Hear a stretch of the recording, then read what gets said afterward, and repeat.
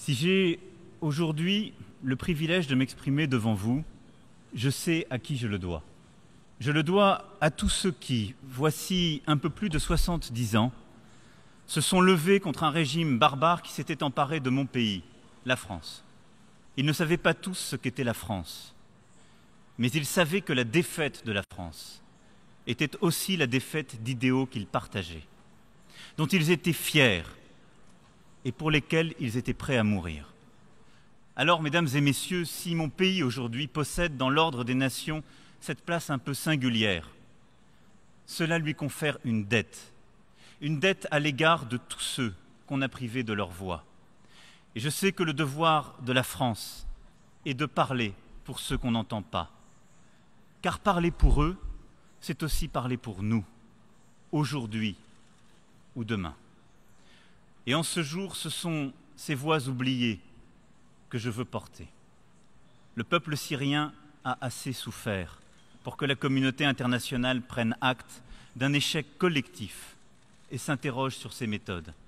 Agir pour la paix en Syrie, c'est agir pour le peuple syrien, mais c'est aussi nous protéger tous contre le terrorisme islamiste. Ce combat contre le terrorisme, il est militaire, il est diplomatique, mais il est aussi éducatif, culturel, moral.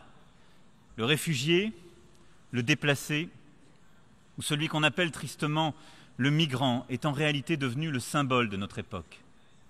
La protection des réfugiés est un devoir moral et politique dans lequel la France a décidé de jouer son rôle, en soutenant le Haut-Commissariat aux réfugiés partout où il doit intervenir.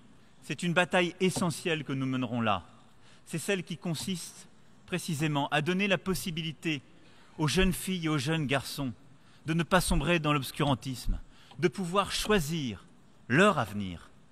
Dans ce combat pour le développement, nous avons aussi besoin de soutenir la place des femmes, la culture et la liberté d'expression. C'est notre combat, ce sont nos valeurs, et elles ne sont pas relatives, elles sont éminemment universelles sur tous les continents, toutes les latitudes. L'avenir du monde, c'est celui de notre planète, qui est en train de se venger de la folie des hommes. La nature nous rappelle à l'ordre et nous intime d'assumer notre devoir d'humanité et de solidarité. Mais nous continuerons, avec tous les gouvernements, avec les collectivités locales, les villes, les entreprises, les ONG, les citoyens du monde, à mettre en œuvre l'accord de Paris. Aujourd'hui, dans le monde tel qu'il va, il n'y a rien de plus efficace que le multilatéralisme. Pourquoi? Parce que tous nos défis sont mondiaux.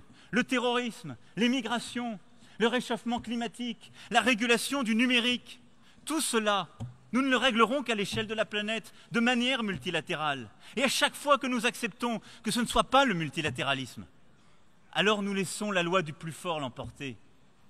Parce que, à chaque fois que les grandes puissances assises à la table du Conseil de sécurité ont cédé à la loi du plus fort, ont cédé à l'unilatéralisme, ont pu dénoncer des accords qu'elles avaient elles-mêmes signés. Elles n'ont pas respecté le ciment du multilatéralisme, qui est la règle du droit. C'est cela ce qui nous a fait. C'est cela qui construit la paix dans la durée. C'est laisser leur malheur grandir, prospérer, jusqu'au jour où il nous frappera tous. Ne pas écouter ces voix, c'est croire que leur misère n'est pas la nôtre, que nous posséderons pour toujours les biens dont ils ne pourront que rêver. Mais lorsque ce bien, c'est la planète, lorsque ce bien, c'est la paix, la justice, la liberté, pensez-vous que nous puissions en jouir seuls dans un coin? Si nous ne prenons pas la défense de ces biens communs, nous serons tous balayés. Nous laissons s'enflammer des brasiers où demain l'histoire jettera nos propres enfants. Et oui, aujourd'hui encore plus qu'hier, nos biens communs, c'est aussi notre intérêt. Notre sécurité, c'est aussi leur sécurité.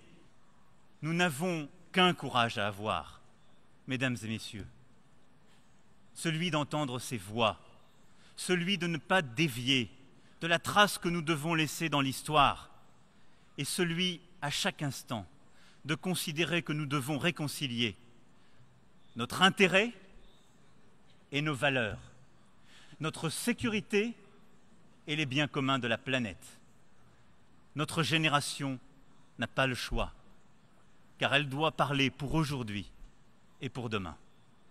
Je vous remercie. Merci beaucoup.